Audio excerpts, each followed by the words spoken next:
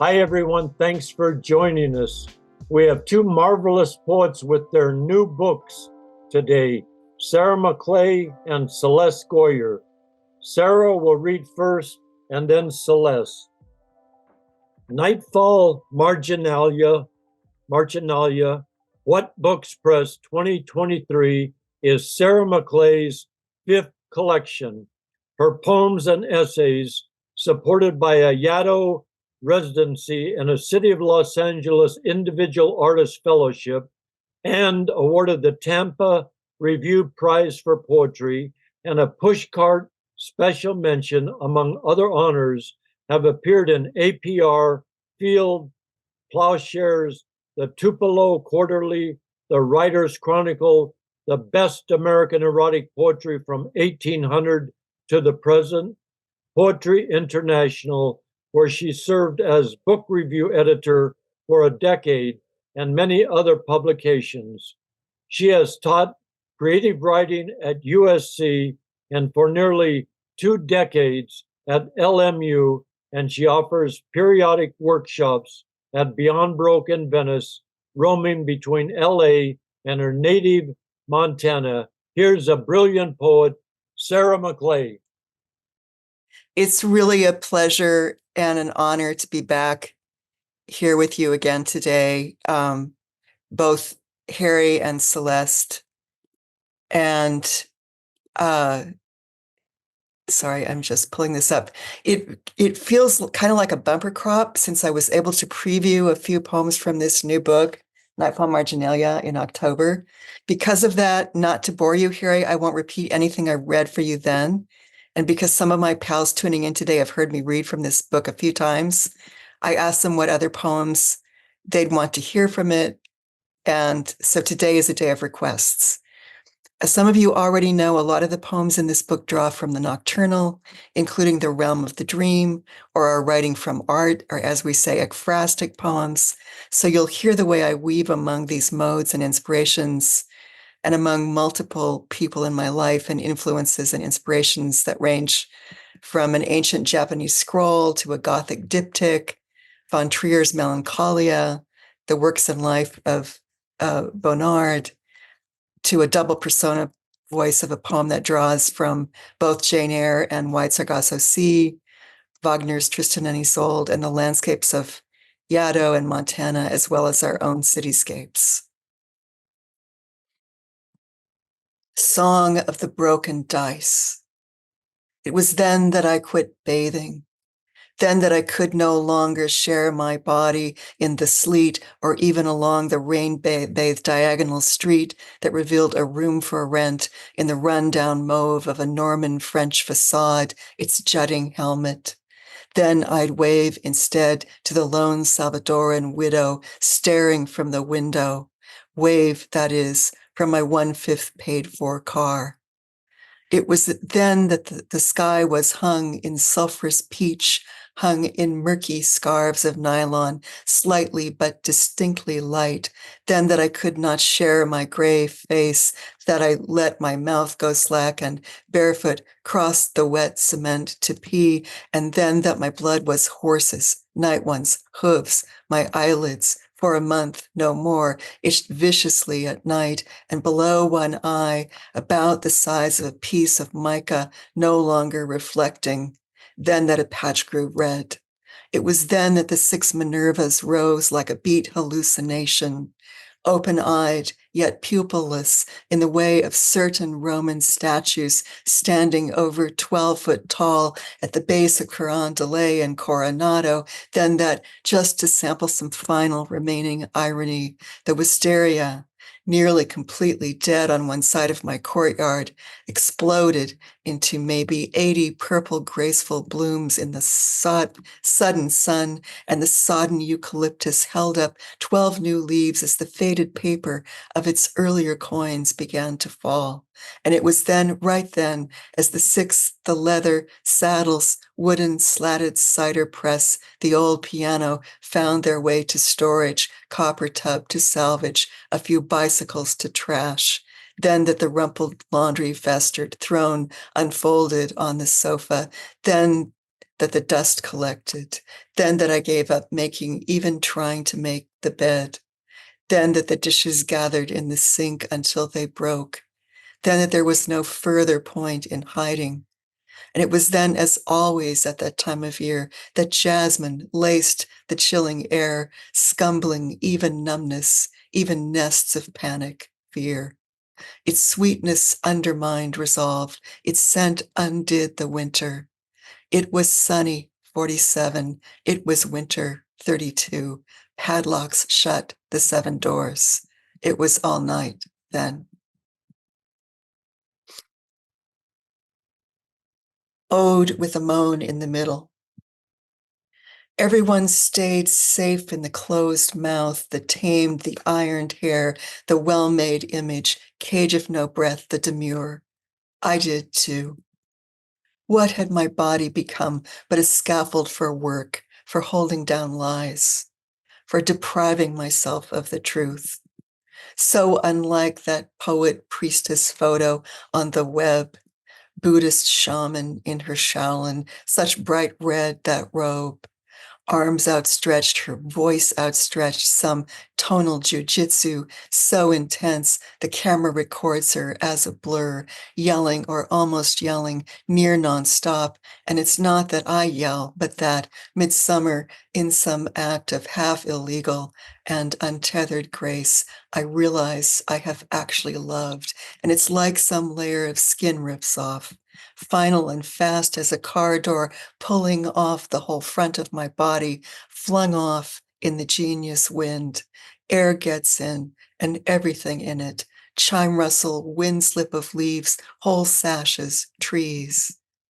Every glance of light, each slant of the sun's illusory movement, or rather the actual movement of the earth. We have made our own containers, cages. They agree with the necessary boundaries, the conventions, but even the moon refuses to stay halved, and how can I ban the moon? Woke up feeling you near somehow, wanted to hold you close in this intimate gray, dust the darklings off your shoulders, heal you. By autumn, air and light so perfectly in balance, I can feel a texture. I could wade through equipoise with you. The light right now, hitting the low eucalyptus leaves. There's a gentle demand in that light. It wants to be shared. Night like tulips, so much opening to you. Then that dream of waking to your hands, somehow you've slipped in. How you kneel above my waking body on the bed. How my body turns, as though your face is in front of me, right in front of me. And how do I know in that other dream, the large house is the wrong house? I choose the smaller one, the one with character. Once I begged for no ring just to feel your skin, but now I'd wear one just to get the world off my back. Even if I could touch your skin only in dreams. Even if it's time to live in a forest barefoot, like that famous German poet, gathering mushrooms quickly, throwing them into a pile on the table, telling us why and how and when they'll change color, all their stories, their mythologies, their tastes, even if my lovers are the trees. Love, I'll oboe the low, long, round, slow sound for you, oh you, and I'd do anything to loosen my tongue.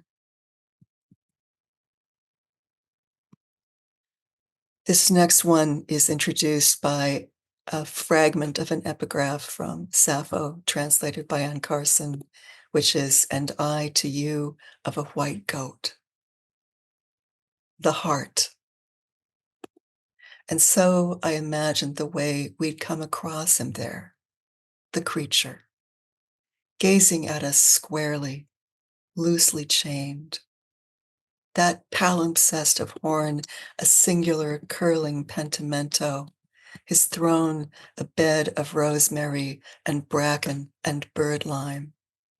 It will not surprise you that he caught us staring, or that this was the way he simply caught us.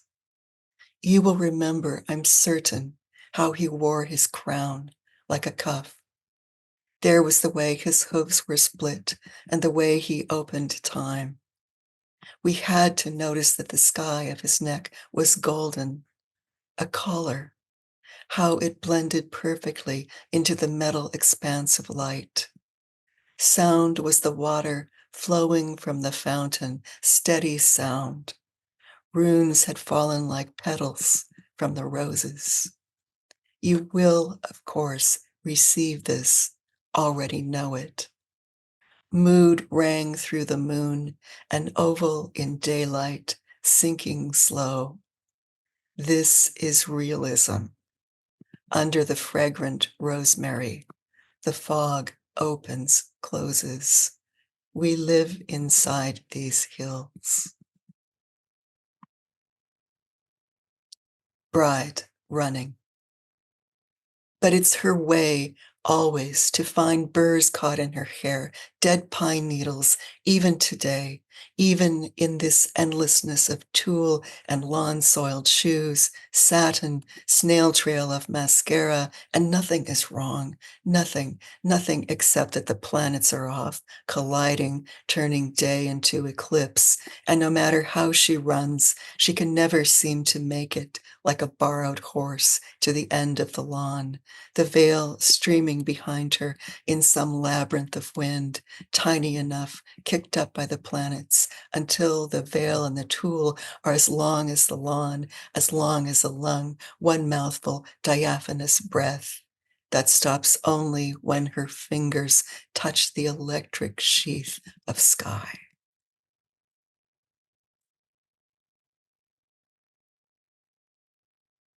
Cypress adjacent. It's only after you compliment me on my Palmer method, which I've managed to loop across a dozen envelopes or so, as well as a book you've brought for me to sign, though so often now I use my semi-doctor's scrawl. Only after the two of us have been sitting across the table from each other, talking, sharing wine, laughing over some damn thing I can't recall in this spacious second-floor apartment I've decided to rent, where the view we both enjoy from several windows, tall, is comforting and breezy, and where I can tell that the space will feel even larger if I can just move one of those narrow dining tables just a little closer to the wall and cover it with a sheet that I remember you are dead. But it's still before I dash back down the stairs to stop at an ATM on my way to meet the landlady with my roll of coins to sign. And now is the moment you give me some advice.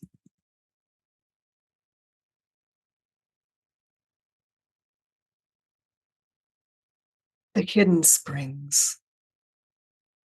The water, clean, cool. You like to sit on the steps, stick your feet in. You've even mentioned in some interview that it's your favorite place to sit, just off the kitchen, in the center of the house, instead of stairs going down to the basement. When you open the door, steps down two canals, as though a long cave opens, lit by sunlight from one point that fans out into a whole city, like a modern Bruges. You could spend hours here. You ask me why I've never asked to come to this place. I say I've always longed to, but thought it was private, that it should be a place you take me only if you wanted, not a place that I should ask to see. And as we sit on your steps with our feet in the water, a strange deer walks past, big as a moose, but antlers like an elk, maybe 8 points each. I can't explain the movement, it's so slow. Majestic comes to mind, but that's not majestic enough. I have a feeling for a moment that the elk is God, a God that we can watch. I think there's light in the antlers. Amaranth springs up as you wonder about Paris. Those purple sprigs begin to sprout, and how did I know it was here that we were when the water erupted too from my center as you held me close on your lap? It's enough, maybe, to know it exists, to know just once. May I not be greedy for what was.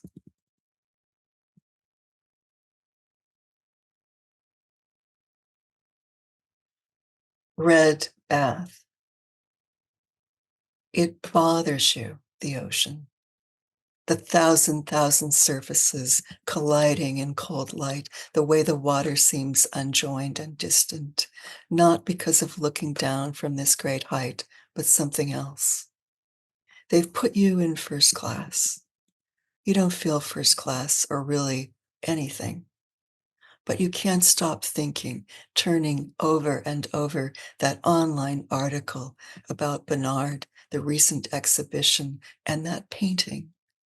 Two lovers, one about to be his wife at the base of the picture, facing in, three-quarter profile, something else occluded in the brushstroke, yes, but brushstroke as execution of the same perception, darkening his gaze much later in that angular and razor-like self-portrait in the mirror of the bathroom, as though shaving or about to shave. The other lover, central, is a source of light. Several alterations later, maybe it's grown hard to identify the exact measurements and colors of the eyes, but their effect is unmistakable, recognized. And maybe her hair was really that bright, more light than pale, more midday haystack under sun than moon, her face a ruddy, outdoor colored hue of pink. It's her effect he gets at with his brush more than her features. We'd recognize her even in an airport, even from the back, or from the side, or from a whiff of something emanating like perfume, not scent exactly, something else. And as you recall the many tiny shingle lights of paint and how they pull the feeling of a moment closer than the canvas, almost like a hologram, you begin to see more clearly something far below the ocean or its surface, something vaguely red, not bright, but like the color of old blood, dried blood, perhaps an immense encampment of kelp, or maybe, after all, the sea incarnadine, incarnate as a low animal, amorphous, bigger than a whale, below the topaz, seagrass, the water itself, stretching for miles beneath the troubled, vacant surface, now grown clear or opaline or gray, a vast and transparent collection from the world's spittoons, windowing the lower layer of self. Some say she shot herself, the blonde, designed the moment, the tableau, for him to see. Others suggest that when he finally chose conclusively, she arranged a far more fluid exit in the bath, different in tone from the ones he painted, would keep painting of the chosen, who remained a constant presence, hovering near doorways in glances or profile or silhouette, or partially hidden or rearranged in the tub by the clean refractions of yellows and sea green blues, her body, some observe, never quite coherent as body, anatomically adrift, almost melting into the thicker warmth of the fleshlight of the afternoon, hard to make out precisely, or cut off above the legs, as happens when one is walking casually by an open door after cradling, say, in one's hands, a tiny dachshund, like a second beating heart, and remembers to look in. Never vivid, never whole, never, ever a ghost. And you drink the coffee as if you're drinking coffee, though you can't make out the taste. as you wonder how he'd sketch the almost browning sea on the napkin, as I say he used to do, how the brush would catch the splitting, untethered surfaces in light, this ruffling of these almost iron shifting shavings of some giant knife, or the gradual seeping up of those other colors. It is not a bridge. The bed, red wood with scrolls along the side, black ink, the bed or the coffin above the river, the water filled with bats or birds. I stand on it, on top of the red wood bed above the river, in wind, my hair long, black, and all the layers of my clothes, swirling in wind like some cubist kimono, the swirling squares of my robes and maybe the blankets I am now standing in, as I raise my white sword, my reed, my quill, long, white, yellow, as I raise my long sword toward the fish above my head, riding my sleeve like a sleigh, like a basket, riding my sleeve like a silk bassinet, that whiskerfish, ready to jump in the water before I fall, before I strike. Field of thorns. He could leave the front door locked for days as the grays pooled in layers, shrouding the shocking green, at least finally green after months of cold and gray and dun and smashed-looking grasses and plowed fields that may or may not have been planted, had sprung into lengthy choruses of emerald, collaged by the deepening greens of nearly blue-black leaves as the sun revealed for the moment, as though one could glimpse a sustained chord and its deepening shadow, always, never there.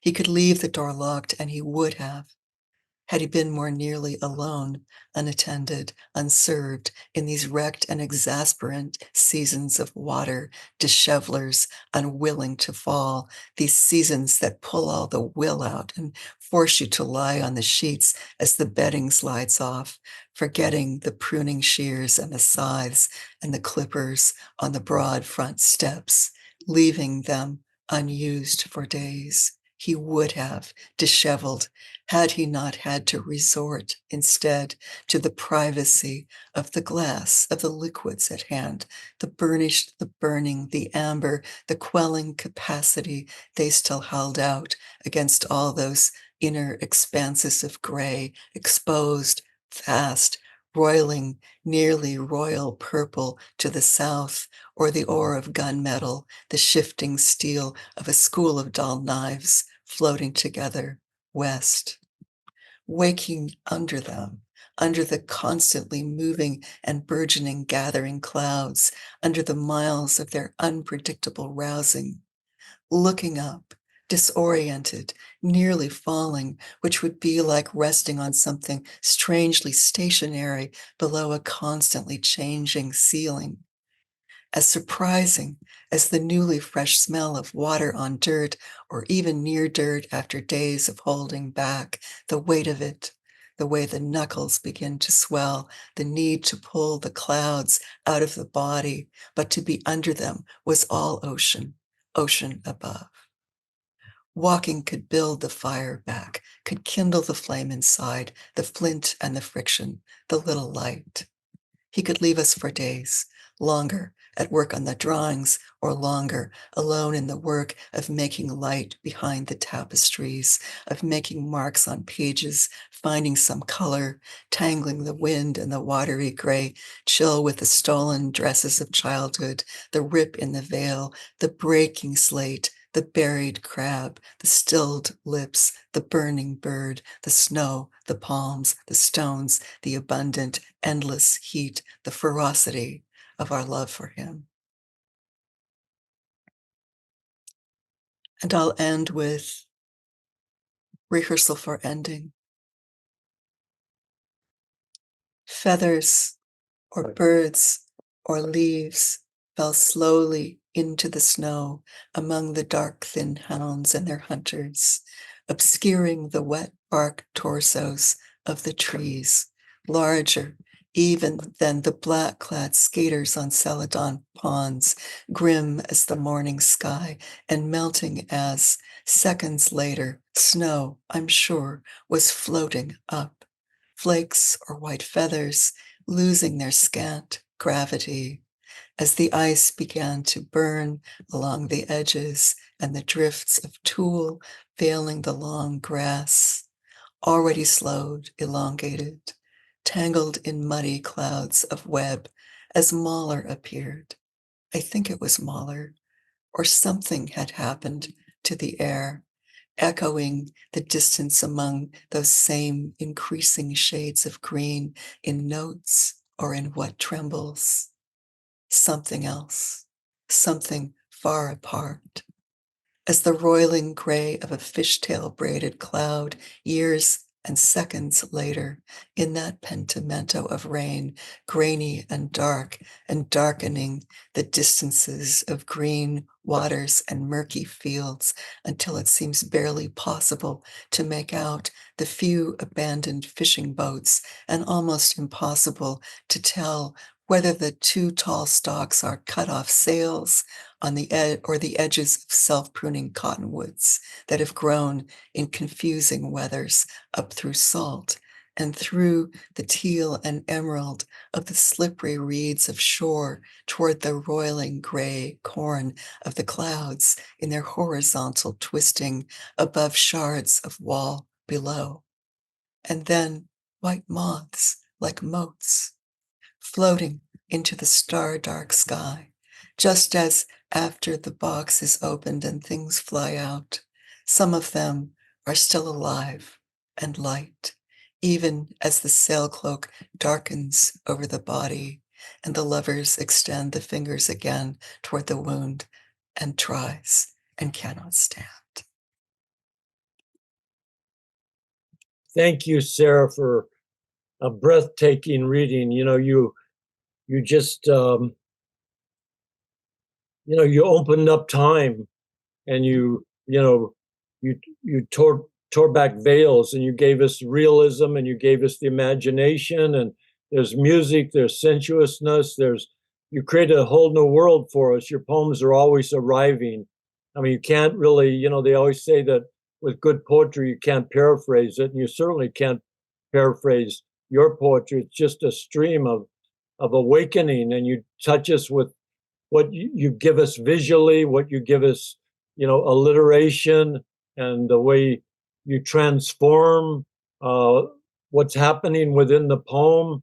I mean, it's just really a transfixing vision that you have and the form that you use. So, it's just really hard to even touch upon what you've done, the scene, and then what's hidden, and then you move on. And so, we could talk about this forever. It's just such a, you start out by saying draw from the nocturnal, and then a few other things, and then you went to a double persona. And, you're really a brand new woman poet that's surreal, but yet you're real, and it just really so enticing. So thank you. Thank you so much, Harry.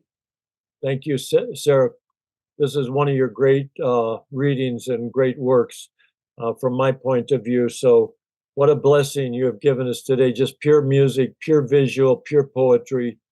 That really is unending.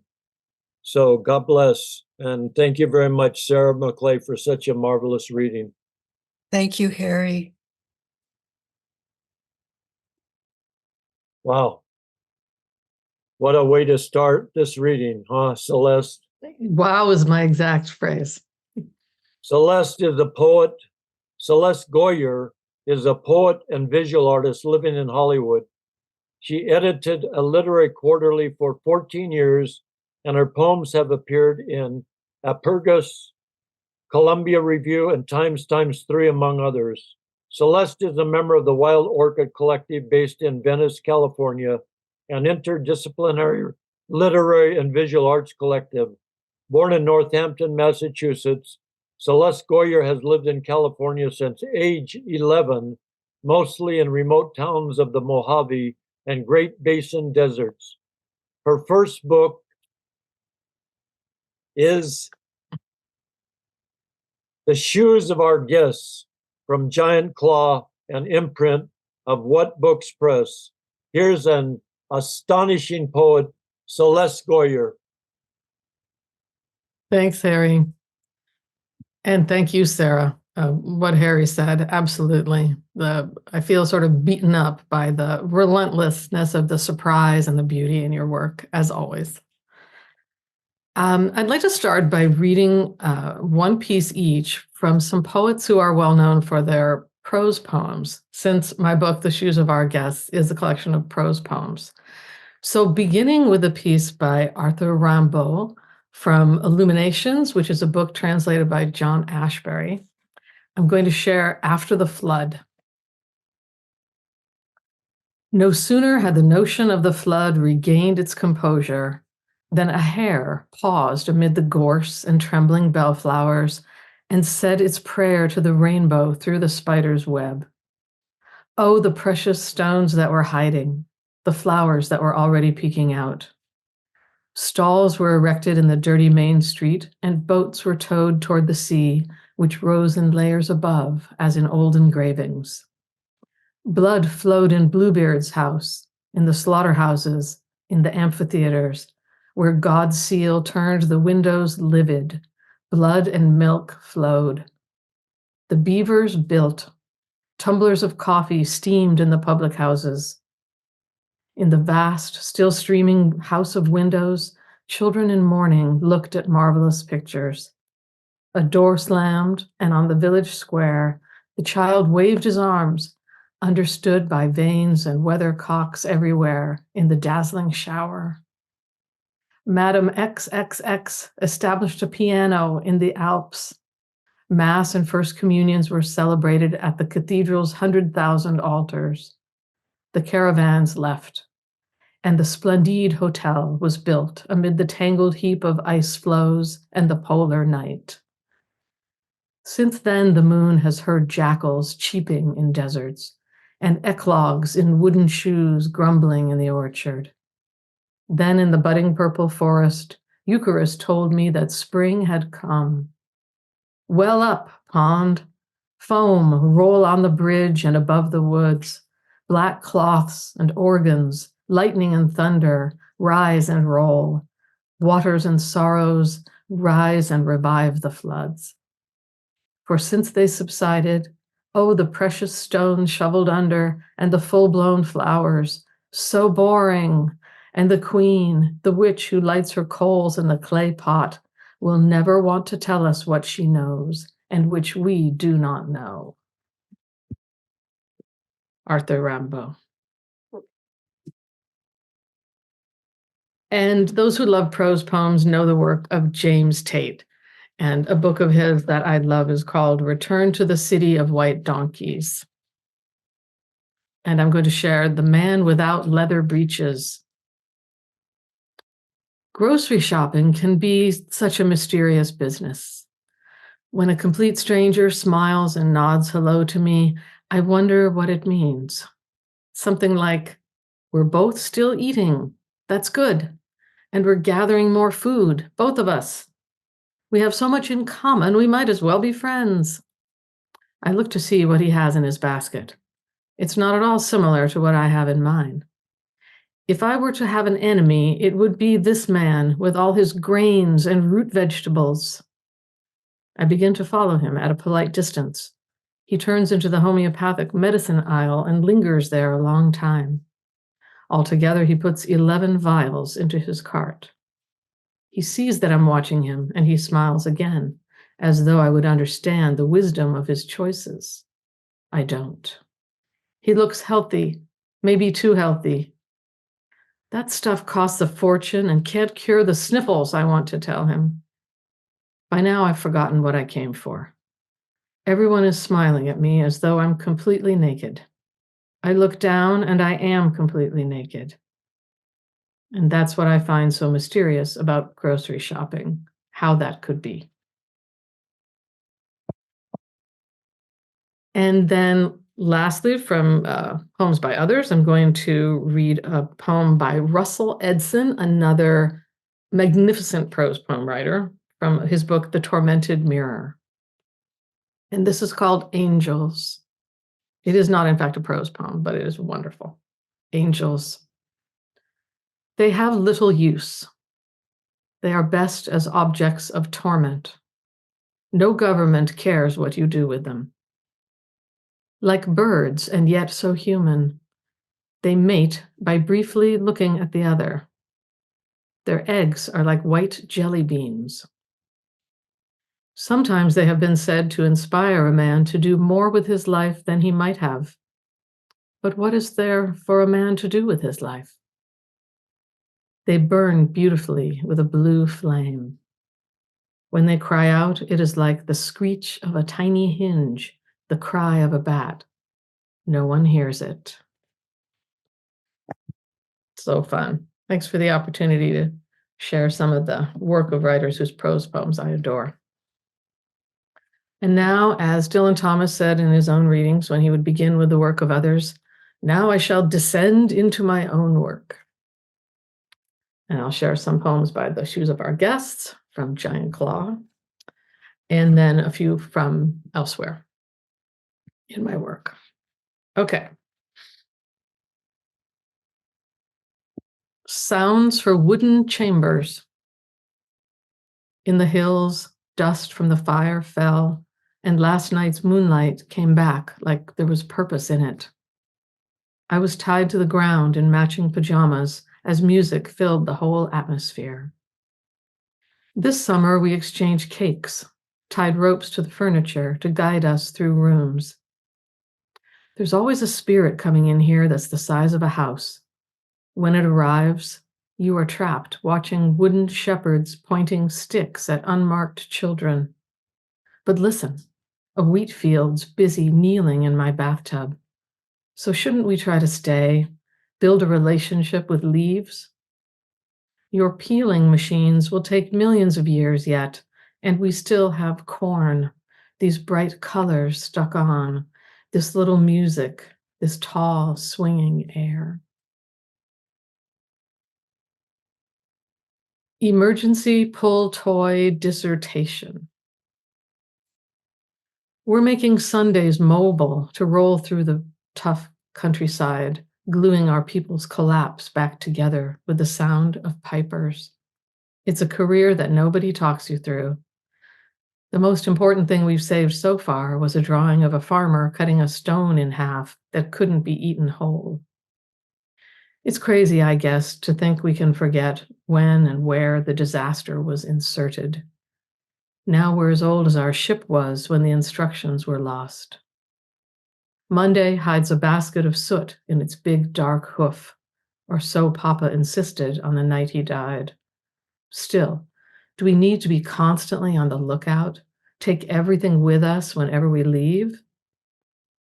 If only our beautiful milk cow would share her solid gold eyelashes, we could ride to the top of summer's haystack, braid permanent crowns for the young mothers.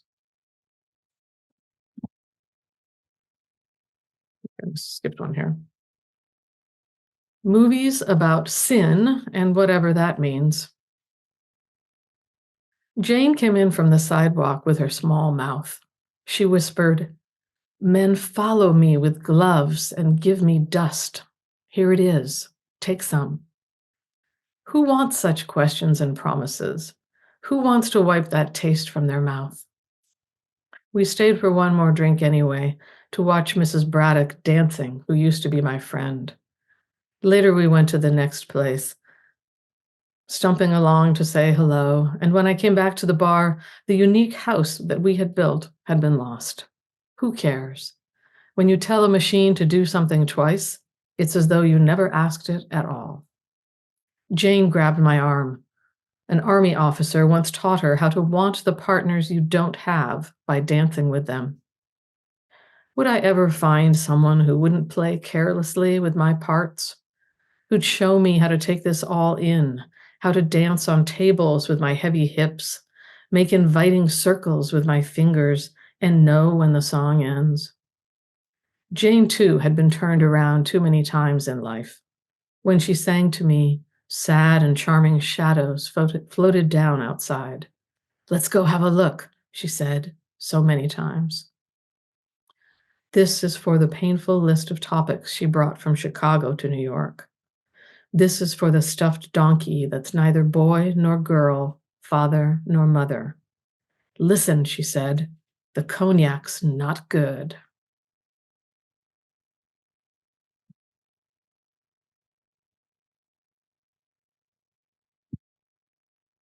Royal Stains for Holiday Mason. "Scissors, where are you? My hair standing on end in one clotted hank. It wants convincing that we're cared about. While we wait, it's taken up felting mice, weaving them tightly to my neck. I'm sure it was our shared blanket, like a thick dust devil, that tangled my hair, turning knots into a competition only a decision expert, like a knife, could win.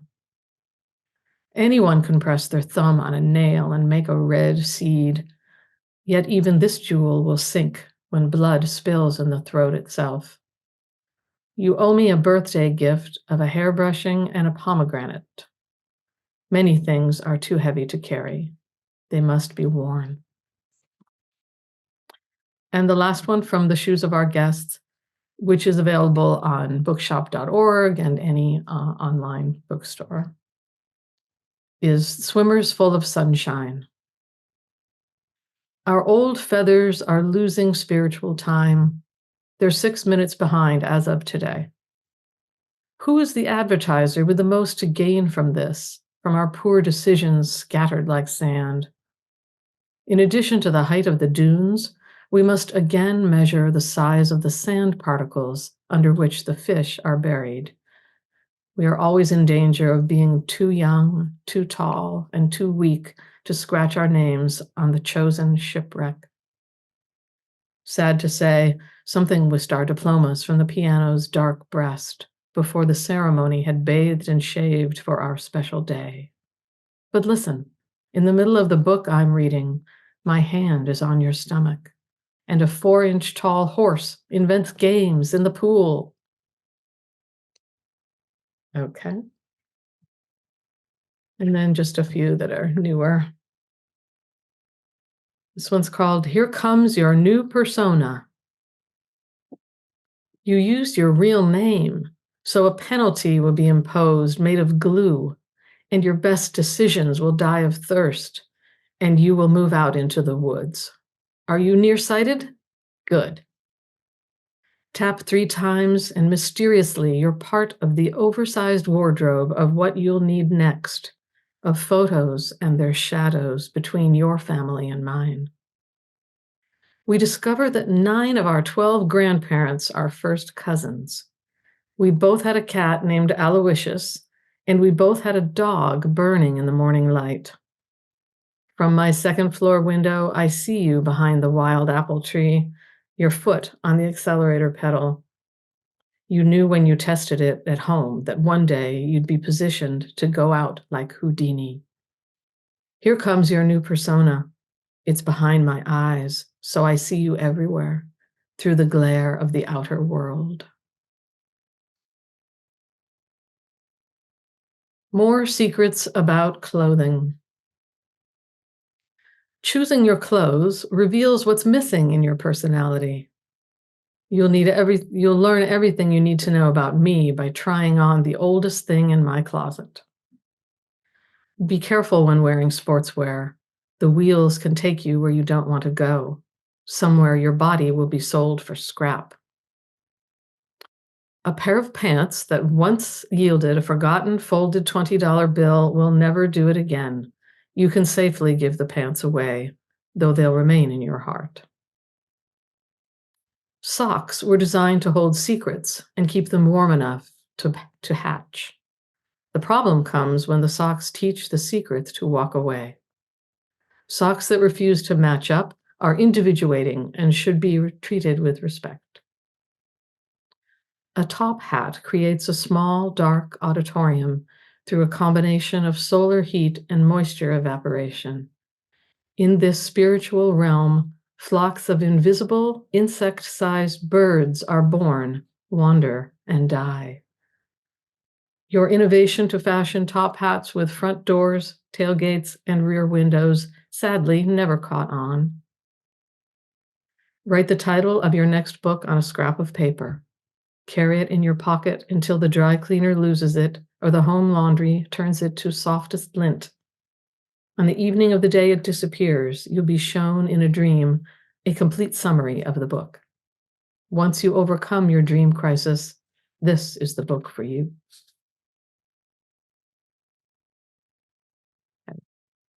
From scratch. In place of an occupancy certificate, we have a wide rustic boat with a soft anchor, handmade by a woman. What is the opposite of satisfied? A rock by itself that will never be wed, with a freedom that doesn't travel well in boats. In our stone fireplace, the color of oatmeal, the flames of each new fire aren't necessarily committed to staying put. They've seen how the sun flies and moves about, while they wake up cold as ash in the same old walls every time. What is the opposite of boatness? A vessel that sits under the sand, listening for the wake-up call. Okay. And then finally, the bride wears her space helmet. The bride wears her space helmet, ready for travel to a village where the kind of air she breathes is not recognized.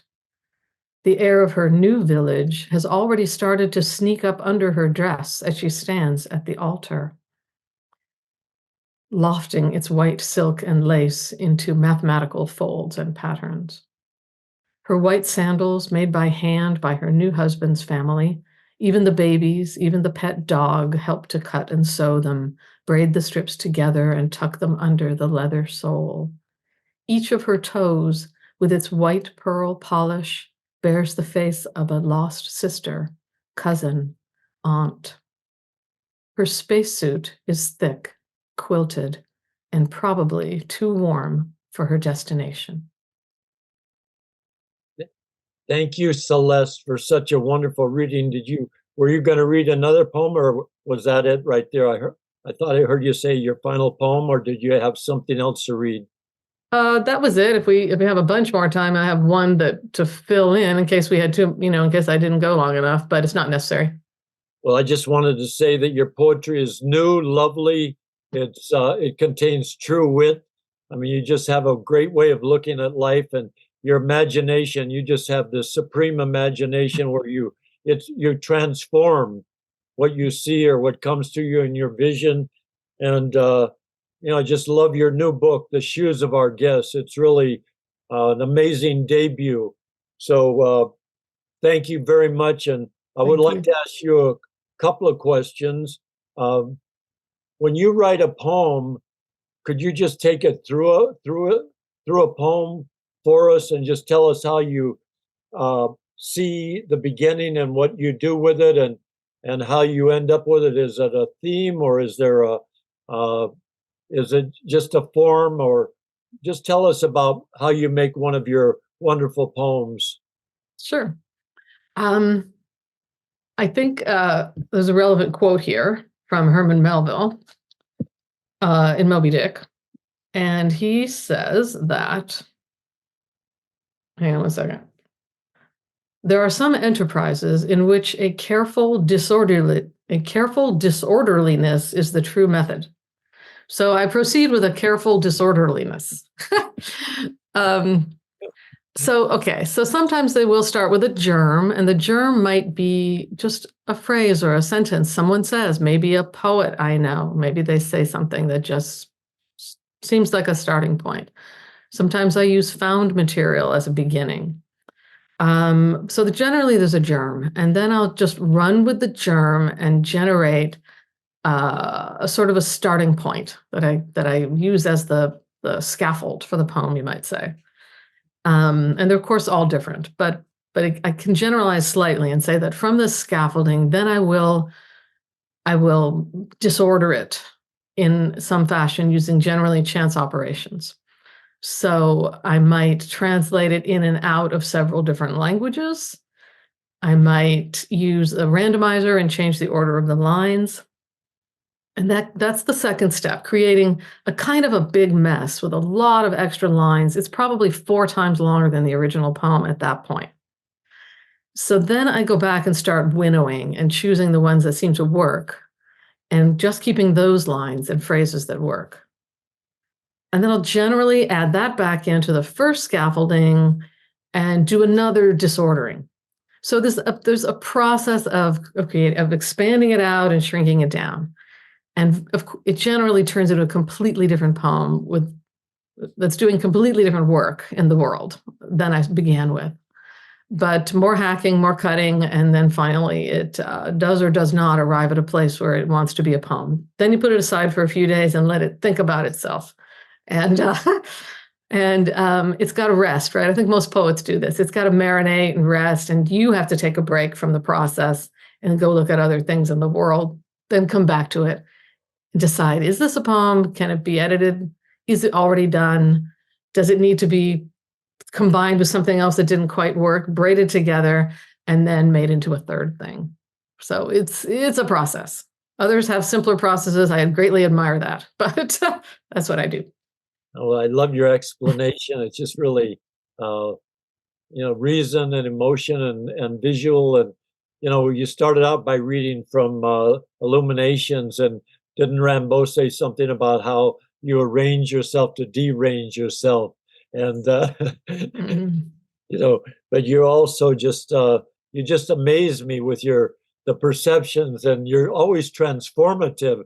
And then another thing, as we saw when you began the reading, by reading the poems of Rimbaud and James Tate and who was the other guy? Russell Edson. Yeah, and you are always such a tremendous supporter of other people's poetry, and you've given support and you've contributed greatly to the poetry with your as I mentioned in the bio, 14 years of doing poetry readings.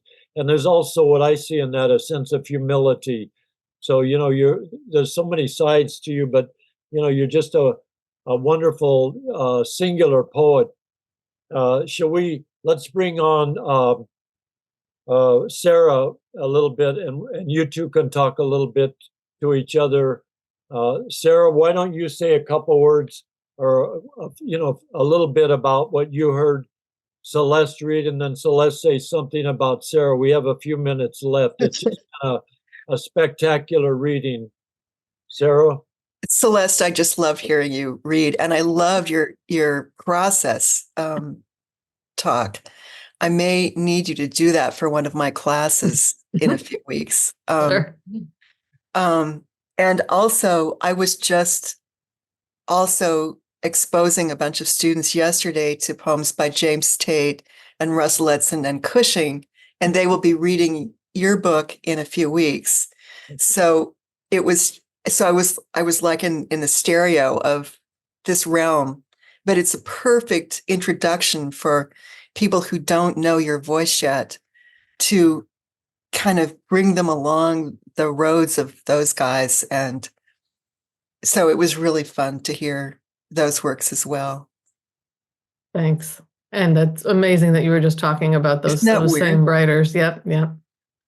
So what can we say about listening to Sarah's work that Harry didn't already say? It creates a mental discipline in the listener, because if you allow yourself to become carried away with each image or line, Harry knows this, you will travel far, far away, and you will not be there to hear the next line. So that to me is a problem with great work of all kinds, as yours is, Sarah. But there's no one like you, for sure. And it is this quality of both mystery and the sort of the velvet texture of our moments, which just blows me away every time.